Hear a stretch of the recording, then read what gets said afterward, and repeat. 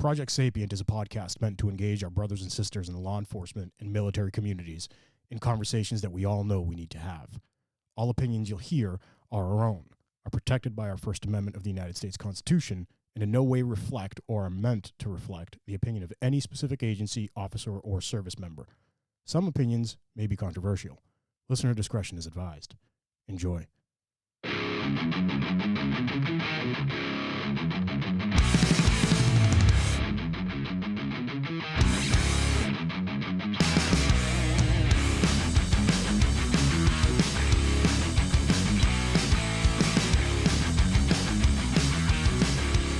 Hi, Ayman. Pete. What's up? What's going on, buddy? I don't know, man. Hold on. Okay. Let's talk about our supporters before I fuck that up. Fine. HavocJournal.com, GymJunkies.com, VectorShields.com, WellnessForWarriors.Live, LiveBoston617.org. We love all of you. We love everybody that's listening to us, everybody that's subscribing to our channel. Thank you so much. You've taken this. You've brought thousands of people our way. I mean, Ayman, how much better does it get, man? Oh, it's getting better every day. Actually, every day. But, tell them what you were laughing about, asshole. So Pete with no sleep is actually hilarious. I've gotten sleep. All right, well, 2 hours of sleep Pete is hilarious. 2 hours is enough. Because 2 hour sleep Pete means we have to do 17 takes before we eat. And this is just the intro. So we'll see how it... So I apologize to everyone that's watching. This is going to be a fuck show. Just so you know. Love it. Which button do I push? Okay, we're good. Oh, my God. We're doing some kind of article today. Yes, we're doing one of my articles. I actually sent a couple to Pete that we are going to do. And this one... we're going to do a reaction versus reflex. Yes. And that's... it's a really good article. Yeah, I wrote that June 4th, 2020. So... talk to me, Goose. Yes. All right, Ghost Rider. So... The pattern's full. The pattern's full. So, reaction versus reflex. A quick kind of way to think about it before I get into it is... Yep. You know, when someone yells heads up, automatically our hands go up. Yep. It's like a reflex. So if somebody randomly throws a ball at you, catch it like, you know, you go catch it or deflect it or whatever. That's a reflex. That's something If deep you threw a inside ball us. at me right now, I would... Oh, no. You're done, dude. You are done. Fucking smoked out. So, but yeah, I get it. I totally get it. So... The Ranger Handbook. So, I start out by saying battle drills, which we'll get into what that is. Ranger Handbook defines battle drills as a collective action rapidly executed without applying a deliberate decision-making process. So, in layman terms, what that means is doing something over and over and over and over again till it becomes muscle memory. It's brain memory, basically. Brain memory, muscle memory. That's it. That's the simple way of explaining. Yep. So an example is room clearing, right? This is done repeatedly to the point it becomes second nature to us who do SWAT, Rangers, Special Forces, Marine Force. Every military unit, that you would get sick of it by the end of the day. You're like, what the fuck am I doing? Yep, you do it over and over, and it's done repeatedly to the point. Again, it's like, oh my God, how many more times can we do this? So cut you off. Yep. I haven't done room training clearing in about a year since I left Special Ops, and as luck may have it, the last fucking 3 nights of work, I've had to clear like 5 different places. Yeah. And thinking about it after, after the stillness of the mind type of thing, thinking about it after, I was like, oh my God, I employed fucking everything that I was trained in. So talking about that muscle memory, it was there. Yeah. It was ready to fucking go. Let me ask you this, though. The guys who don't train when you were doing that clearing. So the one thing that I found out, and after reviewing the body camera footage of everybody kind of took a step back and was like, let him go. Okay. You know what I'm saying? Yeah. And I was kind of coordinating. You know how when we're talking and we're operating, we're like, take that door, put a muzzle on that door, blah, blah, blah, blah, blah. Yep. Everybody was just kind of doing it. Good. We don't get it enough. Yeah, no, we don't. We don't get it anywhere near enough. No, I mean, on the patrol side, even detectives, it's not we don't train enough in room clearing, and it shows with guys who do the training and the guys who don't, guys and girls who don't. Yep. So anyway, so back here, so it becomes second nature. It becomes a reflex when encountering any resistance, even during something as complex as assaulting an entire building. SWAT teams do the same thing. Yes. You know, prior to taking on a detective, we conduct battle drills. We set up glass houses, we call them. So basically, that's like a mock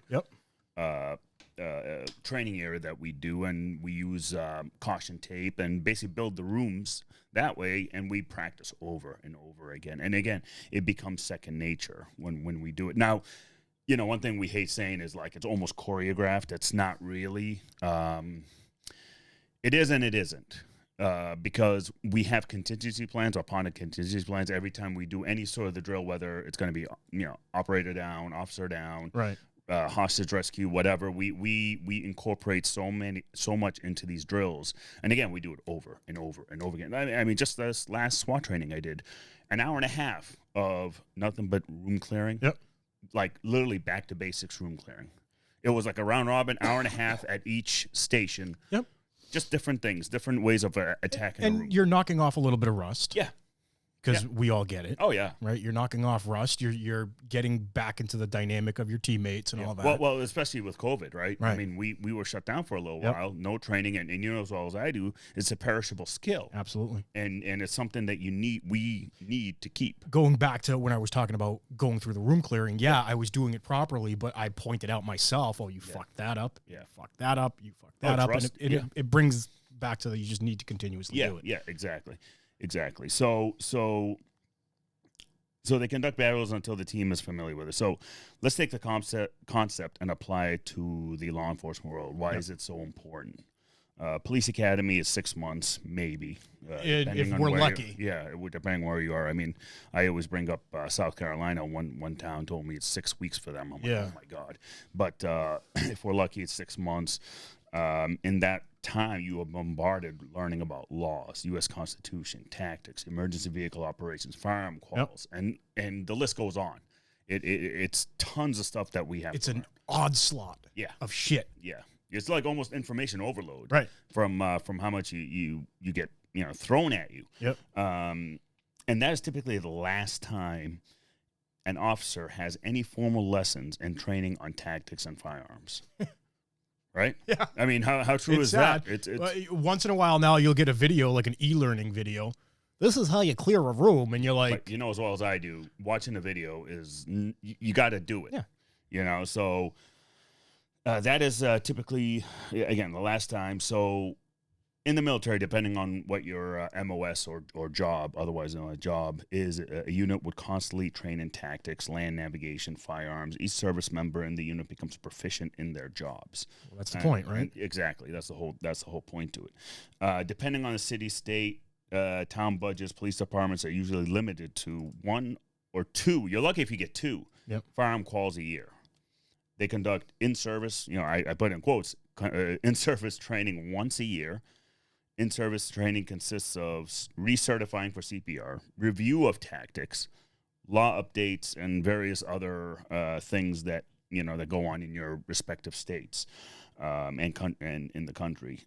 If the department is able to conduct tactics training once a year, if the officer is on a specialized team, the officer trains once or twice a year. Again, it goes back to if they do that, though. You're reading that entire paragraph there, and the only thing that I'm thinking of is obviously Sapient is going to provide a lot of training down the road. Yeah. But one of the things that just keeps the elephant in the room like blaring at me is it's all checkbox. Yeah. Fucking, we trained them. Yeah. It's not actually deploying the tactics and making sure that your guys are good. Yeah. We trained them. Yeah. That's all it is. That's why, something goes wrong because an officer wasn't, in reality, properly trained. And in reality, wasn't properly trained, and they get into something, good, bad, whatever. It all goes down to their training file. Here's the training file. Yeah. We got it. Yeah. We did it. He this officer. I don't know why he fucked that up. Exactly. They just throw it right back at you. I mean, that's the reality of it. So I go into a little bit of from Tony Blauer, talking about a startle flinch response, right? Yep. Startle flinch response deploys like a biological airbag, expanding in a sudden instant to create space between you and the danger. Perfectly worded. How real is that? I mean, Yeah. I think of countless amount of times where Bang. I almost got sucker punched or whatever, and my hands just go right up, because I'm blocking whatever danger is in front of me. How many times have you seen like officer-involved shootings? Oh my God! Yeah. First thing they do is, they're reaching for their weapon, but the first thing that comes up is the hand. That's and that saved them plenty of times. Saved them. Well, that's the whole thing with our friend Bob at Vector Sapien. Vector Sapien. Vector Sapien. Vector. I'm Shields. the one with no sleep. Yeah, I know. Savage. Listen, I'm just me. All right. Sleep, no sleep. Actually, I never sleep. You know that. Yeah, I know. So anyways, that's the thing with him is he saw that startled flinch response after watching thousands of YouTube videos, same exact thing, and he's right on with it. So Tony continues on and says the human brain and neuroscience can play a large role in your training and subsequent your safety. You should learn about how the physiological fear and physics can play a huge role in how you navigate violence. That's exactly what Project Sapient is going to kind of drive home. I mean, I'll continue reading it. When a violent stimulus is introduced too quickly, the body's survival system hijacks executive function. I mean, that's the whole thing. Fine motor skills versus what do you call it? Gross motor skills. So I'll give you a story in a minute about that. But the typical psychological response is to protect the head and then push away the danger. Yep.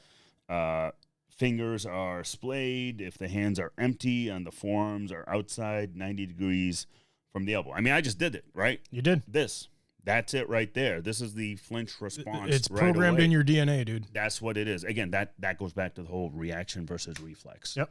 Reaction versus real. I mean, here's the thing. Even in, when I used to fight in the martial arts and tournaments and stuff like that, that was the biggest thing where it's like that flinch response comes second nature for you to block. Right. Watch boxers, watch MMA, watch how they move. Sometimes they block without them knowing they blocked because that's the way they train. It's one of those things. It's programmed so deeply into their psyche. Yeah. That it's allowing their brain to think about the counter measure. Yeah. Right? Exactly. And the thing is though, with what he was talking about up here, right? He was talking about refers to the reaction a human has when faced imminent attack. So I already talked about MMA fighters and stuff like that. Competition shooters spend thousands of rounds a year to perfect their game. I mean, look at shooters like Jerry Micklick. I mean, my God. Savage. An unbelievable shooter.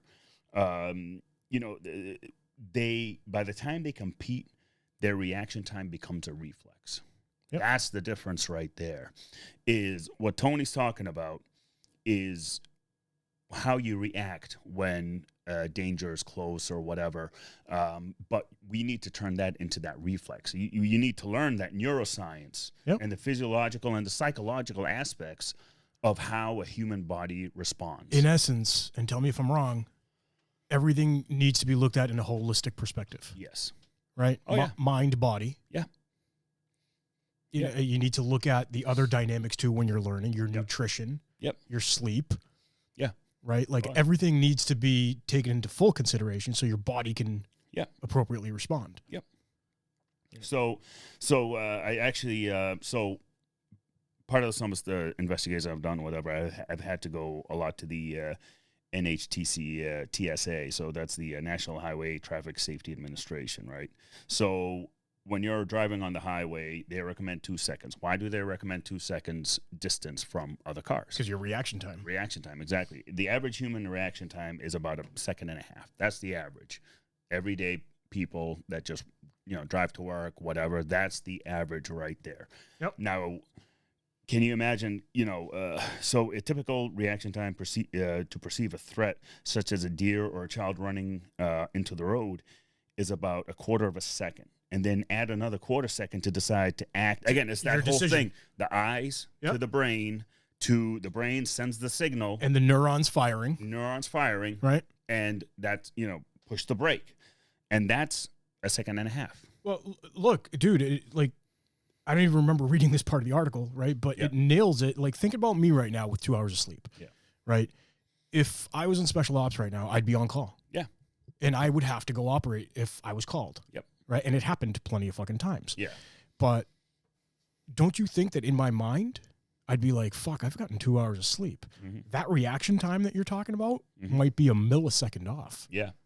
Yeah, right? I mean, we see it all the time, you know, in special ops, especially at the range and stuff. When you don't have enough sleep and Yep. you're doing your battle drills and stuff like that, you are that millisecond slower than the rest of your team. Guys that are great shots. Yeah, you could clearly see that it's defining some type of action in their quals or whatever. Yeah, or, exactly. You know what I mean? Exactly.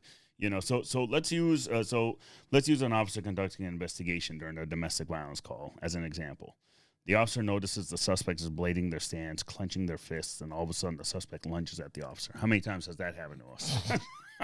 Plenty. Yeah. The officer quickly takes down the suspect and has complete control of the situation. The thing is, though, this officer's trained and determined to have the upper hand in many situations possible because the officer trains in MMA 2-3 times a week. Right. Brazilian Jiu-Jitsu, martial arts, something where he has that Greek upper hand. grappling. Yeah, Greek or Spartan ways of combat. Oh, shit, I said combat. Shit. Jesus Christ, dude.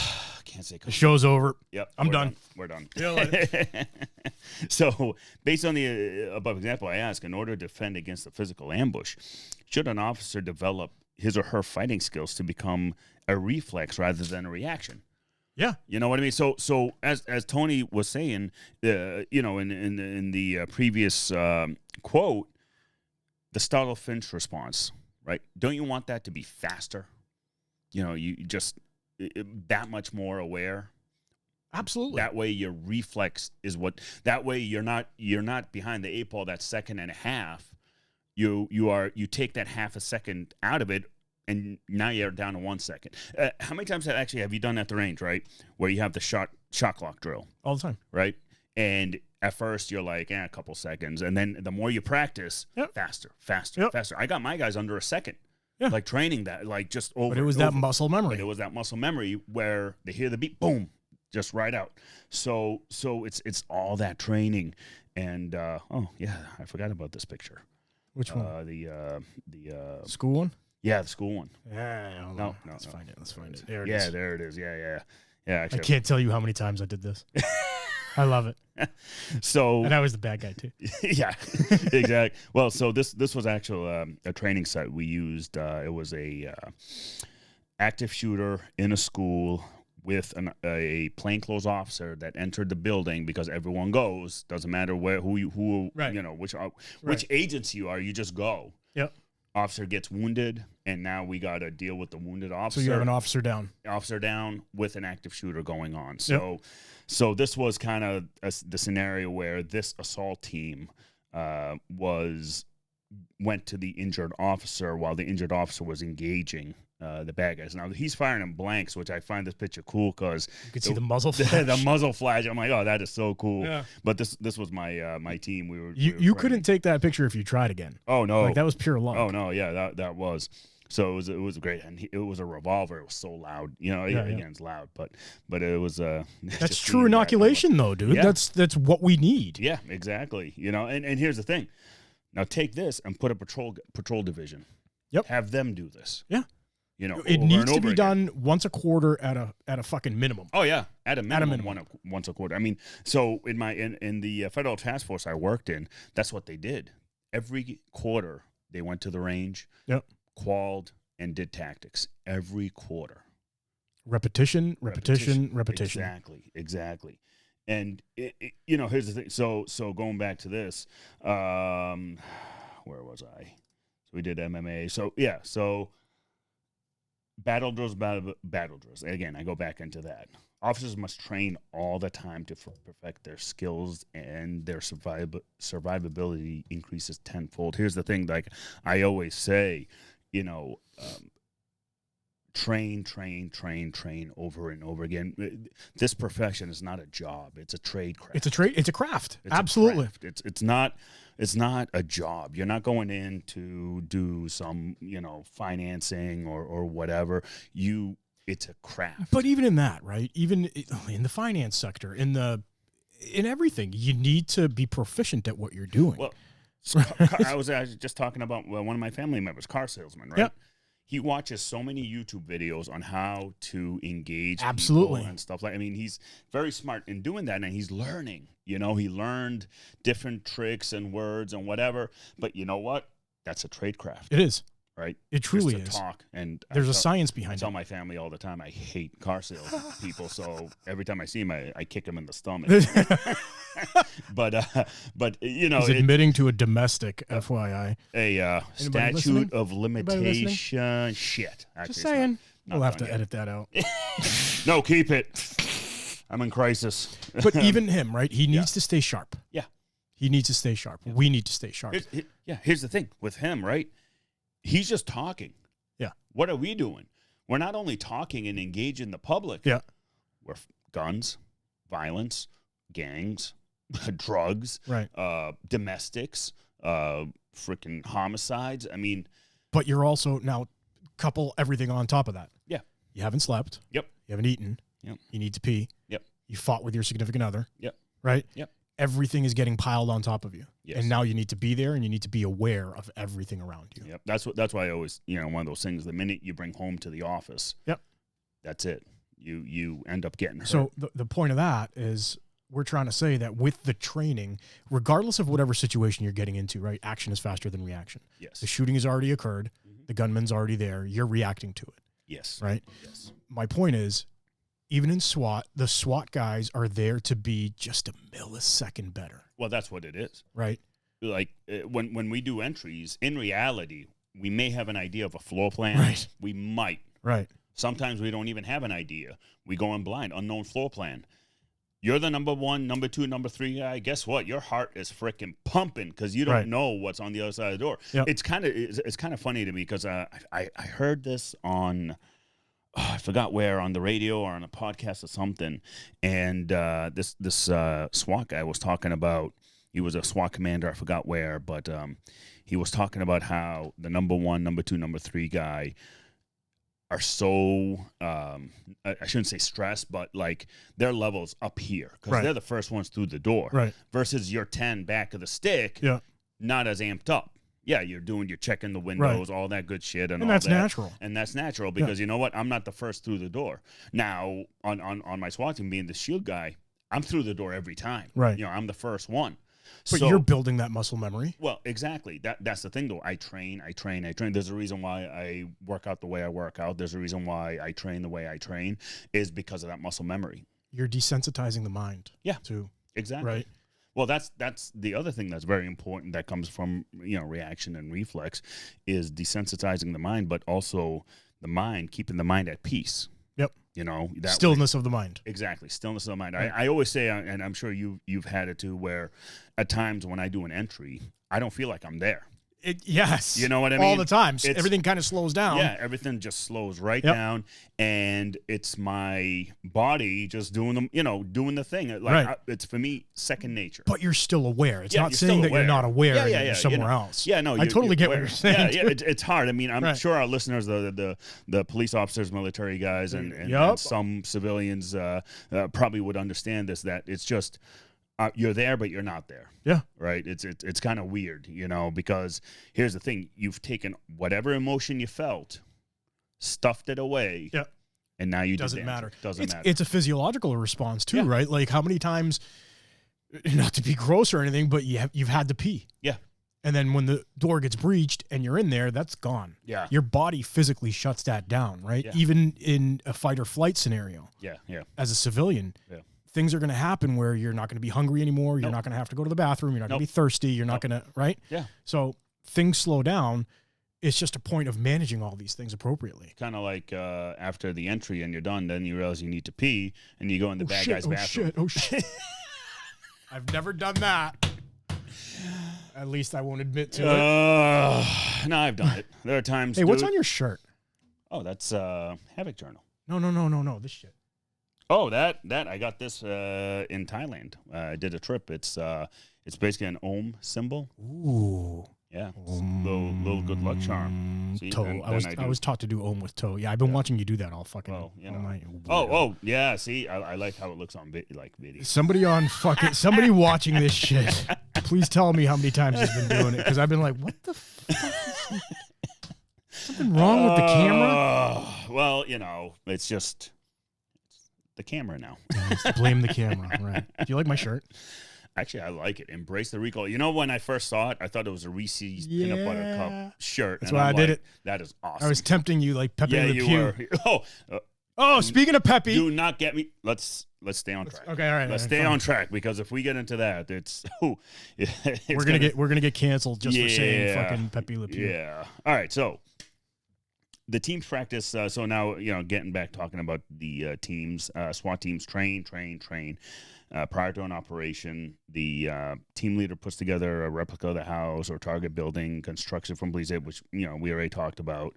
As best as we can. And the team practices that up from the approach to the entry, contingency plans, and whatever else that we can throw in there. Whether we're gonna have canines going with us or canines are out at perimeter, whatever it might be. You have it, throw it in there. Yeah, exactly. I mean, we throw a lot of shit into the plan. Plan for it and play with it. Because plan A to plan Z, in case plan K happens, at least you have something, contingency in there. Well, how many times have you planned with A and it's actually happened as A? Actually, once. Yeah. And I was so skeptical. Yeah. You're like, what the fuck is going on? I was like, there's no way. There's candid cameras. There's no way this fucking worked. Am I getting punked? What's going on here? Yep. Like, it happened to me literally. Again, in 15 years as a cop, happened once. Yep. And it happened like 3 or 4 years ago during an op. It happened exactly as we planned. And your spidey senses were all fucking like this after. You're like, what the hell is happening there is no way Yeah. that just went as perfect as it did. Yeah. Like, it was like, you know how it is. You do an op order, right? And you submit it to the command staff and whatever. You do the op, might as well shred that friggin' op plan because it wasn't even close to. It's a guide. Yeah. It's a guide. It wasn't even close. Yeah. It's like the Bible. It went from a house takedown to all of a sudden you're doing a motor vehicle stop. Yeah. And it's like, yeah, okay. So when one time it happened again, I was like, there's no way. There's absolutely no way. So the teams practice entries, firearms, hostage rescues, armed barricades, and various other scenarios. They hone in their skills so it becomes a reflex rather than a reaction. Yep. So let's ask this. So is it possible to train a reaction to become a reflex? Yeah. Yeah. Of course it is. That's the whole point, right? Exactly. That's just it. You don't become faster all of a sudden, right? Yeah. Whether you draw, practicing the draw. Here's the thing, like with new guys, I always tell them breaking in the holsters and getting used to the gun in and out. While you stand on roll call, just practice. Absolutely. Practice. Like, there's nothing wrong with you being in the station and just practicing unlocking. And if anybody ever says anything to you about that, tell them to fuck off. Well, I'll tell you, good firearms instructors will tell you practice. That. Like, don't. It's that one time, dude. Yeah. It's that one. You did that. It's kind of like working out, right? Yeah. One more rep. Yeah. One more pound. Yeah. One more plate. Yeah. You know what I'm saying? Yeah, it's exactly. that one more time that's going to make you get to the next level. Exactly. And in this situation, it's life and death. Yeah. Well, that's the thing. Right? And when we start, again, some of these cops that make fun of other cops that actually train and practice and try this and try that, be like, whatever. Like, here's the thing. You're the tip of the spear. I used to call us the tip of the spork. Actually, that's pretty accurate.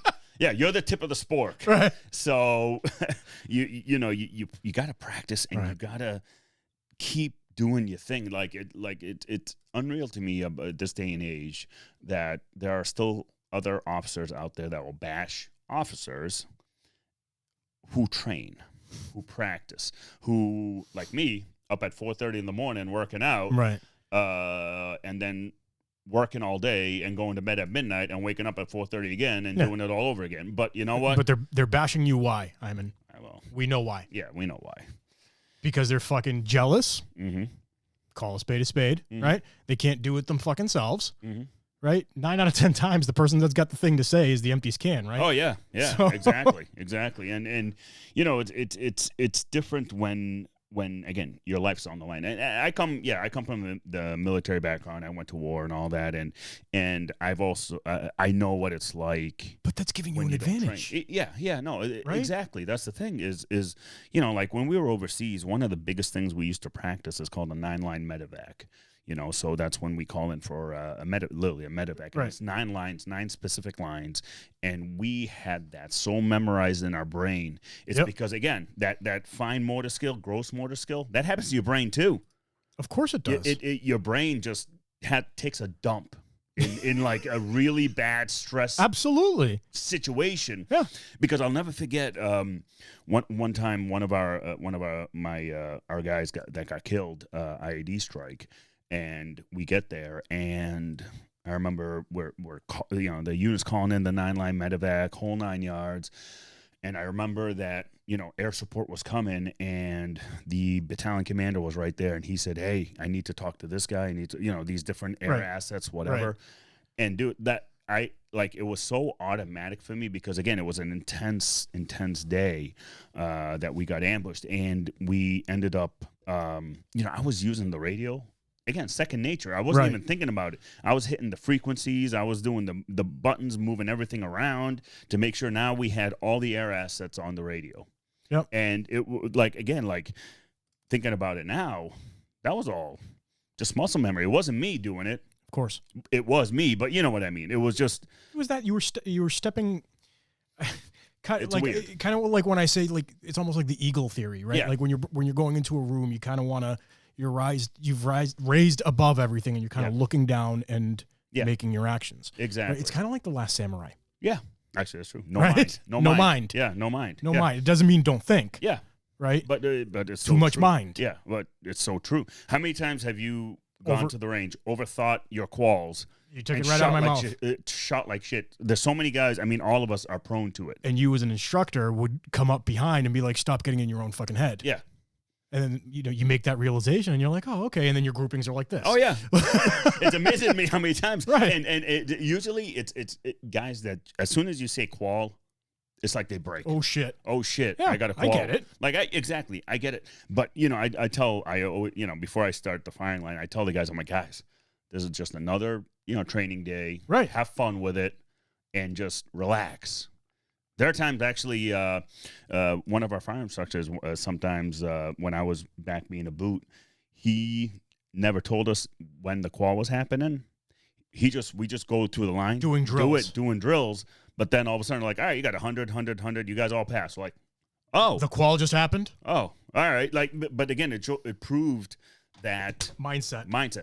My partner, great guy, retired a couple of years ago, but he was a very, very good firearms instructor. And this was when I was trying out for the SWAT team. So he would take me to a range all the time. Yeah.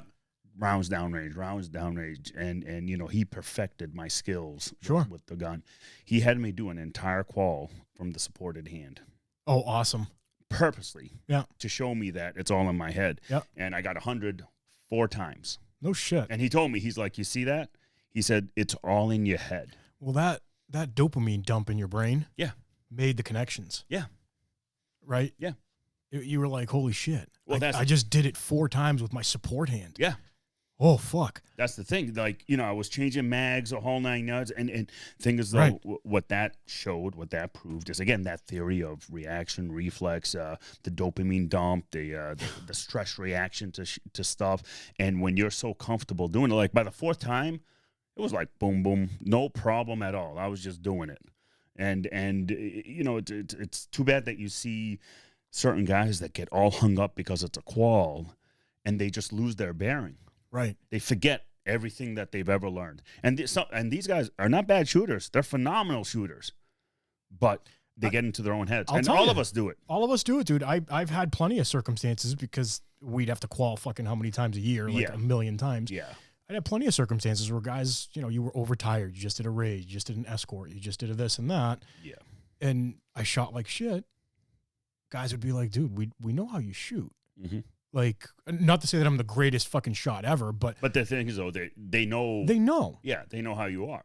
So they'd be like, all right, let's take a 20-minute break. Let's whatever. Let's this and that. Get out of your own head. And you'd go back and fucking bang, bang, bang. Done. That's what you do. You just tell them, hey, go shake it off. Right. It's all good. Come on back and let's do it again.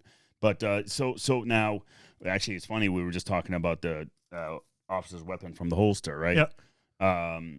if an officer does 200 draws a day, it will become second nature. 200 draws. That's the boom, science. Boom, boom. That's the science behind it. Yep. Just over and over again. Take your handcuffs out. Just that way. Here's the thing: your gun belt, or if you're wearing a tack vest and you got your stuff everywhere, to me, you don't want to always look to see where you're going. How many times at SWAT were you yelled at for looking at your magazine pouch to try to grab the magazine? You know what I'm talking about, right? I mean, all the time. I've gotten yelled at for it every once in a Stop while. looking. Stop looking. Like, Yep. you know, you have your kit set up a certain way so you don't have to look, which is true. And I'll tell you, 9 out of 10 times where you did fuck up, it was in training. Yeah. Like operationally, you weren't fucking. I mean, there were fuck ups, right? You always did, but 9 out of 10 times it was in training. Well, It's that's perfect. where you'd rather do it. Right. You'd rather do it in training. So, you know. I want to bring up now. We're talking about drawing from the holster, right? The 2 videos. I think we had posted them this week. Remember the one that I had posted of? It was an IR video. It was a well-being check. Oh, they walked to the front door. Yes, yeah. That was the ring camera. The ring camera. Yes, yeah. yeah. Knocking on the door. The female officer's just sitting on the side. I saw so many videos of they did a Monday morning quarterback of it, and nobody had anything bad to say. Yeah. And I agreed with it. Right? She stood off to the side, out of the fatal funnel, all that stuff. Guys kind of set up weirdly, but they were fine. Like everything was great. Guy comes out, fucking zero warning. Fires what, 2 shots at her or 1 shot? I forget exactly how many shots. She ducks the fucking shot. Yeah. Right? So talk about reflex. Bang, she ducked the shot. Yeah. Within milliseconds, her support hand is up. Yep. Right? The other millisecond, the gun's drawn. She returns fire, and I think she hit him like 6 times out of 12, whatever. Yeah. Good enough. Yeah. Human sprinkler. Thank you. But you know what I mean? Like human sprinkler. I like that. Right. But it brings it into this. How many times you can clearly see that she wasn't the lazy type. No. That she had practiced her draws. Yeah. Because that muscle memory was just, she made herself a smaller target. Yeah. Right away. Well, that's the hand came up. The draw came out. Like it was perfection. Thank God she's alive. Yeah.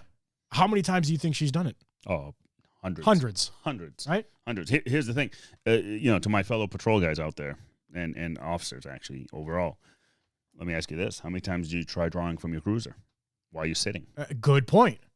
And you know what? I used to do it all the time, and you just put it in my head. Yeah. I'm going to try it again. It's very important, right? Yep. I mean, here's the thing. Shame on me for not doing it. Our most vulnerable position is sitting in that fucking car. That's why we call it a tomb. Personally, I hate sitting in that freaking car. When I was on patrol, I'd get out and just walk around because I'd rather be mobile. I want to be more like a firefighter.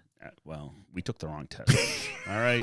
We took the wrong fucking test. Hang around in the station, go to fires and shit. Eat pizza, work out, PlayStation. Yeah. Watch Holy movies. Fuck, we took the wrong test. Yeah. Well, hey, the way things are looking. And everybody loves us. Well, the way everything's looking these days, we might be responding calls from the station and just put our feet up and, Hey, that's what society wants. This is what you're going to get. Yeah, just might not like it. Exactly. Reality's going to set in. Oh, so second video, before we get back into it, second video was the NYPD. Remember the NYPD video? Yes. So one thing I noticed is the officer who bladed himself against the stairs and was able to get shots off. Absolutely. Yes, I like that. But there you have the reaction time. Yeah.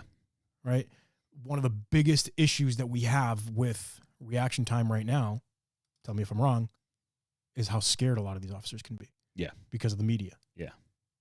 It's in the past we've called it Ferguson effect, the CSI effect, like all kinds of things that go into officers' minds. I mean, here's the thing: some of the unfortunate police murders that have happened, and I call police murder because that's what happened. These officers got murdered.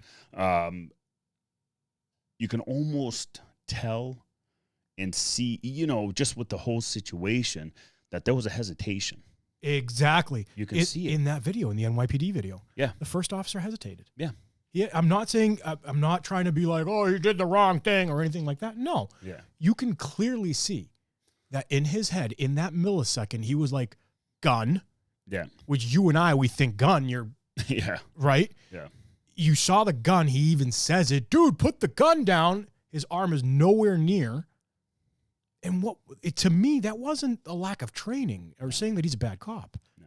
That was the millisecond, the movie that played out in his brain. My life is over. Yeah. I'm getting fucking indicted. Yep. Right? Well, what do you think? I mean, here's the other coin to it, right? Let's say he wasn't thinking that. How about complacency? Do you think it was complacent? Well, do you think complacency played a role? Oh, it does. Here's the thing. How many times have we gone upstairs to fucking 3-story apartments, whatever, and you know, whatever, here we go. Let me knock on the fucking door, keep the music down, you know, type bullshit. Right. And the it can't happen to me exactly mindset. Where because you've gone to hundreds of these freaking calls, and all it takes is that one, though. And that's one thing, like, I always harp and teach and try to, you know, and tell these new guys is always plan for an encounter at the door.